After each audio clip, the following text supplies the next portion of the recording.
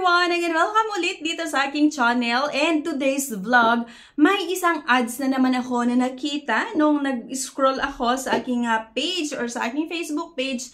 At ayon sa loan app na ito or sa ads na nakita ko ay pwede daw tayong makahiram ng 20,000 pesos, may payable or pwede nating bayaran sa loob ng 91 days to 365 days. So, napakabilis nga daw yung process nito. Just register, select limit app, and money in. Matatanggap mo daw agad yung pera.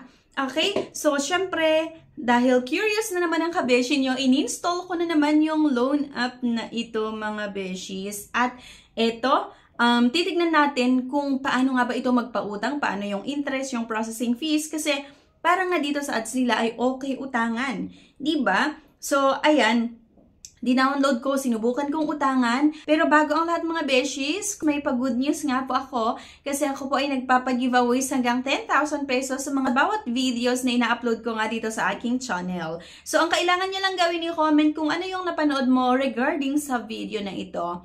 And ako po ay mamimili via YouTube comment picker kung sino nga po yung ating mabibigyan sa ating pa-cash giveaways.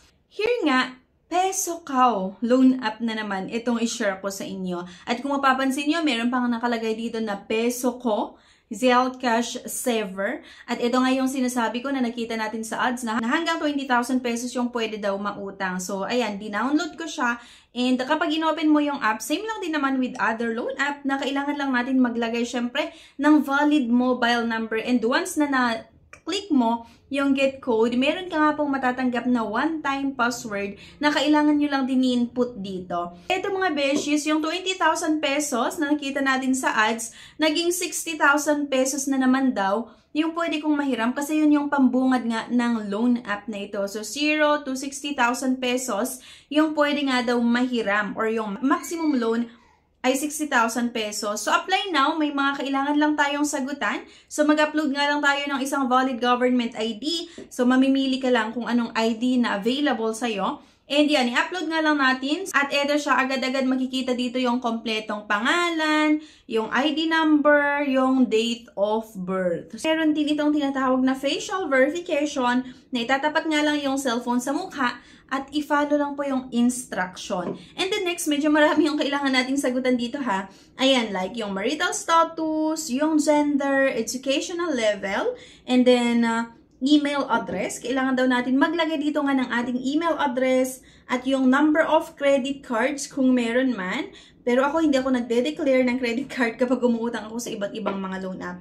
So, address, province, mamimili ka nga lang dito kung ano yung gusto mong i-declare. So, itong nakikita nyo pala na infos na nilalagay ko nga ay ano lang, sample lang ha. Siyempre, hindi ko naman pwedeng i-public yung personal details ko, no? So, ayan, right after naman, binabalikan ko din yung app and then nilalagay talaga yung exact address ko.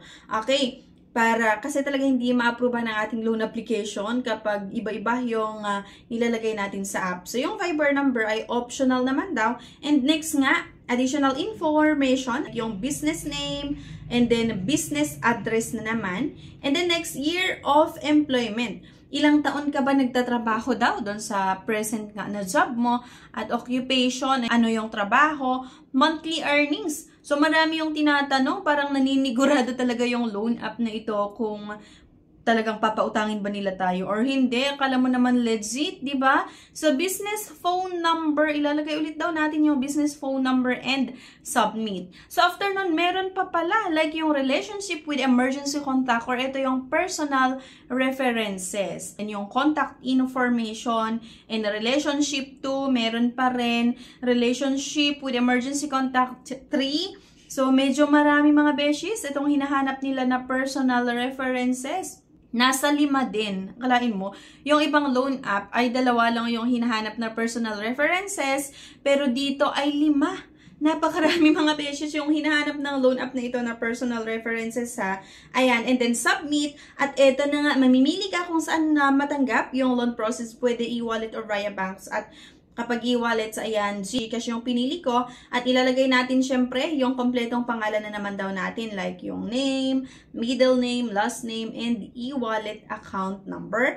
submit. At nakakaloka kasi yung 20,000 pesos, yung 60,000 pesos na sinasabi ng loan app na ito ay 2,000 pesos lang pala mga beshies, yung pwede kong mahiram. At meron itong nilagay na babayaran ko siya in a 4 period or 120 days. Dito daw sa schedule or first schedule ko, ang babayaran ko ay 500 pesos. So kung mapapansin nyo, ang first schedule ay sa 3/28 or March 28, 2025 na kung saan magbabayad ako ng 500 pesos plus interest na 30.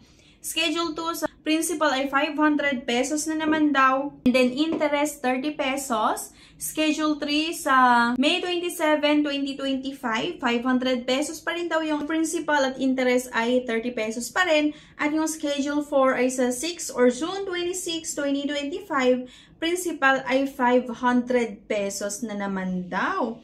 Okay, so nag-offer nga ito ng 4 installment na kung saan magbabayad daw po ako ng tigfa 500 pesos. So, totoo kaya yung loan app na ito mga beshies na talagang mag-offer ng 4 terms or babayaran within 120 days. So, by the way, kasi inantay ko yung loan application ko dito and ilang minuto na rin, 30 minutes, wala pa rin ako nakikita na approval. Okay? So, by the way, gagawa na lang po ako ng next video regarding sa status ng aking loan application sa loan app na ito. Kung talaga ba na mag-offer ito ng hanggang 120 days or 4 installment. Halos nasa 4 months na rin yung ino-offer nga ng loan app na ito na payment terms. Okay? So, titignan natin and abangan nyo yung pangalawang video ng loan app nga na to regarding nga dito sa PesoCo or PesoCo loan app. Kung talaga ba na mag-offer ito na hanggang 120 days na loan terms. Kasi nga, pagkasubmit ko ng aking loan application, may nakalagay na hanggang 4 terms yung loan terms. At ihatiin yung 500 plus interest na 30 pesos. Yun yung babayaran daw every month. So, ayan, abangan nyo yung next video. So, gagawa ako ng separate video nga regarding sa loan app na ito kung sakali na ma-aprobahan ng aking loan application. Pero, ayun, kung sakali na meron sa inyong nakapag-try na dito sa PesoCo or PesoCo loan app and meron kayong na-experience sa collector nila or regarding sa payment terms na ino-offer nga ng loan app na ito, ay sana po mga beshes i-comment nyo yan para mabasa din ng mga iba na bago pa lang or nakikita yung ads ng loan app na ito and nagbabalak subukan na umutang sa yan. So, sana po i-comment nyo yung mga experience nyo, yung payment terms, yung mga interest, yung processing fees, at kung magkano yung inutang ninyo nung first time nyo pa lang na manghiram dito, at kung may experience kayo sa collector ng loan app na ito. Sana po i-comment nyo yan para mabasa ko at mabasa nga ng mga iba na gustong subukan na utangan yung loan app na ito. So, ayun mga beshes, please lang huwag kayong download ng download sa iba't ibang mga loan app kasi halos lahat naman talaga yung makikita natin sa Google Play Store, sa App Store, or sa App Gallery ay halos mga loan shark na may matataas na fees. So, kung mangutang lang din kayo, mas maganda na doon na lang kayo sa kapamilya, sa kaibigan, or katrabaho, diba? At least, alam mo na kung magkano talaga yung babayaran mo kaysa sa mga loan app na may mga matataas na interest na fees, diba? So, yan lang. Hindi ko nire-recommend pa rin yung loan app na ito, pero yun, abangan nyo yung part 2 ng ating video. Thank you guys for watching at see you sa aking next vlog. Bye!